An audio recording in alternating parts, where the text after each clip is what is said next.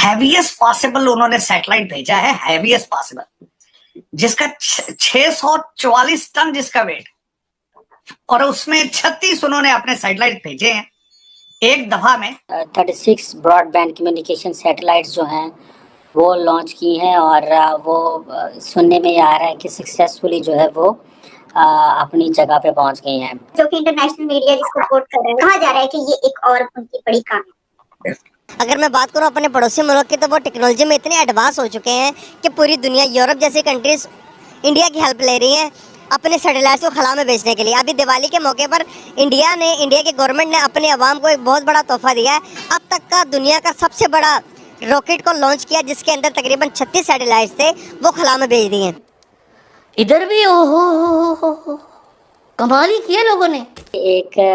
एक तरफ तो ये जो मल्टी सैटेलाइट मिशन है, 36 सैटेलाइट्स का ऑर्बिट में जाना, ये बहुत बहुत बड़ी बात है, इसमें कोई शक नहीं है। नेविगेशन सिस्टम इंडिया ने अपना बना लिया है कि वो अभी उसको गूगल मैप की जरूरत नहीं है, और ये आप समझें कि ये एक बहुत बड़ी डेवलपमेंट थी। भारत को सबसे पहले तो इन्होंने इसको कमर्शियल तौर पे भेजा, 1000 करोड़ इन्होंने बनाया इस।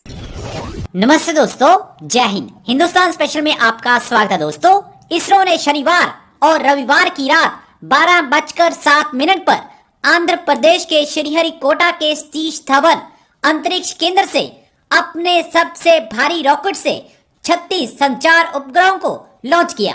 केंद्रीय गृह मंत्री अमित शाह ने रविवार को 36 वनवेब उपग्रहों के साथ भारतीय अनुसंधान संगठन के सबसे भारी रॉकेट के सफल लॉन्च को भारत के अंतरिक्ष कार्यक्रम के लिए एक ऐतिहासिक पल करार दिया। शाह ने ट्वीट कर कहा कि भारत के अंतरिक्ष कार्यक्रम के लिए ये ऐतिहासिक दिन है। भारत ने अपने सबसे भारी रॉकेट LVM-3 के सफल लॉन्च के साथ आत्मनिर्भरता के एक नए युग में कदम रखा है, जिसमें 36 वनवेब उपग्रह शामिल थे। हमारे वैज्ञानिकों और पूरी टीम को इस उपलब्धि पर बहुत बहुत बधाई। जब पूरी दुनिया सो रही थी, इसरो ने एक नया इतिहास भारत के नाम कर दिया। एक खबर जो कि इंटरनेशनल मीडिया जिसको रिपोर्ट कर रहा है वो है, India space agency says it's rocket has successfully put 36 internet satellites into orbit. और ये यूके बेस्ड सैटेलाइट कंपनी है जिसके थ्रू तो कहा जा रहा है कि ये एक और उनकी बड़ी कामयाबी। देखिए मैं भारत के बारे में नहीं बल्कि पूरी दुनिया, साउथ एशिया के बारे में पढ़ता रहता हूँ। उसमें मैं आपको ये बताना चाहूंगा कि हैवीएस्ट पॉसिबल उन्होंने सैटेलाइट भेजा है, हैवीएस्ट पॉसिबल, जिसका 644 टन जिसका वेट, और उसमें 36 उन्होंने अपने सैटेलाइट भेजे हैं एक दफा में, जिसमें 2 सैटेलाइट जो है वो बर्तानिया से आए। अब मैं थोड़ा सा जब इस पर रिसर्च कर रहा था तो मैं ये बताना चाहूंगा कि भारत और दुनिया, सारी दुनिया कहाँ खड़ी। पाकिस्तान के 6 सैटेलाइट है, भारत के 104 सैटेलाइट, आप 6 हैं 104। अब थोड़ा सा मैं ये अर्ज ये करना चाहूंगा कि सैटेलाइट जो है ये इसको भारत को क्या फायदा होगा। भारत को सबसे पहले तो इन्होंने इसको कमर्शियल तौर पे भेजा, 1000 करोड़ इन्होंने बनाया इस एक सैटेलाइट से। उसके बाद जो मैं देख रहा था, इसका सबसे बड़ा फायदा ये होगा कि भारत के हर कोने में इंटरनेट जो है उनको अवेलेबल होगा। तालीम में पहले ही वो एक बहुत आगे है, खासकर इसमें कंप्यूटर में दे हैव ऑलमोस्ट मोनोपोली। दूसरा इसके पीछे जो इसके मुहरकात हैं, उनकी स्पेस में जो उनकी एफिशिएंसी है, उसको डायरेक्टली रिलेट किया जा सकता है नासा के साथ, अमेरिका की नासा के साथ। इस वक्त अमेरिका की अगर आप गूगल करके देखें तो उसको चलाने वाले सारे इंडियन नजाद, सारे इंडियन ओरिजिन के लोग हैं, और वो सारे के सारे इसी, जिस तरह मैं आपको पहले हमेशा अर्ज करता हूं कि तकरीबन जो हमारे नई जो अमेरिकन ऑर्गेनाइजेशंस के CEO जो हैं, उसका डायरेक्ट फायदा भारत को होगा। बिल्कुल इसी तरीके नासा से सारी टेक्नोलॉजी और सारी चीजें वो भारत उससे मुस्तफीद हो रहा है। अब इंटरनेट की उनकी तालीम और ज्यादा बढ़ेगी, उनकी इकॉनमी पे असर पड़ेगा, उनके लोगों के ह्यूमन रिसोर्स, उनके एजुकेशन होगी पूरी दुनिया में, फिर वो भारतीय जाएंगे, भारतीय डायस्पोरा बनेगा और भारत का इन्फ्लुएंस दुनिया में मजीद बढ़ेगा इस स्पेस की वजह से भी। इस अगर देखा जाए तो उसके बहुत लंबे जो लॉन्ग टर्म इसके इम्पैक्ट। और दूसरी तरफ अगर मैं ये, बल्कि मुझे अक्सर ये दोस्त कहते हैं कि क्रिटिक से बात ये होती, तकलीफ तो होती है कि आप आपसे PIA नहीं चल रही, आपने स्पेस में क्या जाना है। आप अमेरिका में बैन है, बिल्कुल यूरोप आप नहीं जा सकते। अकॉर्डिंग टू आपके मिनिस्टर सरवर खान साहब के बकौल आपके 30% PIA के जो पायलट हैं उनके लाइसेंस ही जाली।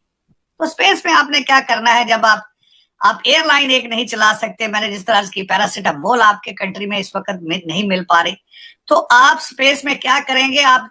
और इस वक्त तो आपने जिस तरह आपको अर्ज की है कि 4 करोड़ जो है लोग वो खुले आसमान के नीचे खड़े हैं, लेकिन रियासत मदीना के जो ठेकेदार हैं वो जलसों पे जलसे और सारी चीजें वो कर रहे हैं। और आज मैं इसको खासकर आपके हालात के ऊपर मैं 2 चीजें मेरे लिए आज बड़ी तशवीशनाक थी। एक चीज जो देखी, आपके 2 आसमां जो है आपकी जर्नलिस्ट वो और खासकर आपके हामिद मीर साहब ने 2 प्रोग्रामों में आज उन्होंने तशवीशनाक चीज कही है कि मार्शल लॉ भी पाकिस्तान में लग सकता है।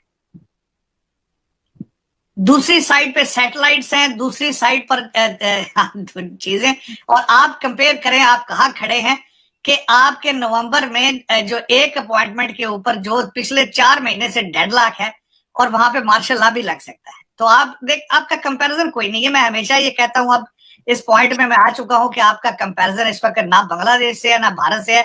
आपका इस वक्त कंपैरिजन अफगानिस्तान से, सोमालिया से है और लीबिया से किया जा सकता है और इन ममालिक के साथ। आपका कोई आप उस दूसरी साइड पे सरहद के उस पार मेरे ख्याल में अब आपको देखना छोड़ देना चाहिए। क्या करें, वहां से रॉकेट्स जो है वहां पे जाते हैं, यहाँ से रॉकेट्स निकलते हैं। आपको पता है यहाँ से रॉकेट्स कहाँ से निकलते हैं? कि उनकी डायरेक्शन किस साइड पे है, आपकी डायरेक्शन किस साइड, और तैयारी कहते बच्चों तैयारी करके बैठो, हमने ये करना है। दोस्तों, जब एक तरफ अगर आप देखें कि इंडिया का जो Indian space and research organisation है, उसने तकरीबन 36 ब्रॉडबैंड कम्युनिकेशन सैटेलाइट्स जो हैं वो लॉन्च की हैं और वो सुनने में आ रहा है कि सक्सेसफुली जो है वो अपनी जगह पे पहुंच गई हैं।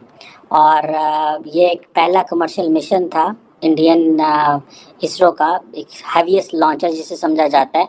और ये आप समझें कि ये एक बहुत बड़ी डेवलपमेंट थी, जिसमें स्टेक होल्डर्स भी थे। ये बेसिकली कॉन्ट्रैक्ट था न्यू स्पेस इंडिया लिमिटेड का, एक इसरो की कमर्शियल आर्म है उसका, और यूनाइटेड किंगडम बेस से वन वेब का था। और अगर आप ये देखें कि ये एक तरफ तो ये जो मल्टी सैटेलाइट मिशन है, 36 सैटेलाइट्स का ऑर्बिट में जाना, ये बहुत बड़ी बात है, इसमें कोई शक नहीं है। और इंडिया को इसका ज़ाहिर बात है, इंडिया इस तरह की जो इनिशिएटिव लेता है उससे एक स्ट्रेटेजिक एडवांटेज इंडिया को पहुंचता है। और when you invest in science and technology, you are basically considered obviously a threat by the peers, by the competitors. एक ये चीज़ जो कि अभी इंडिया में हुई है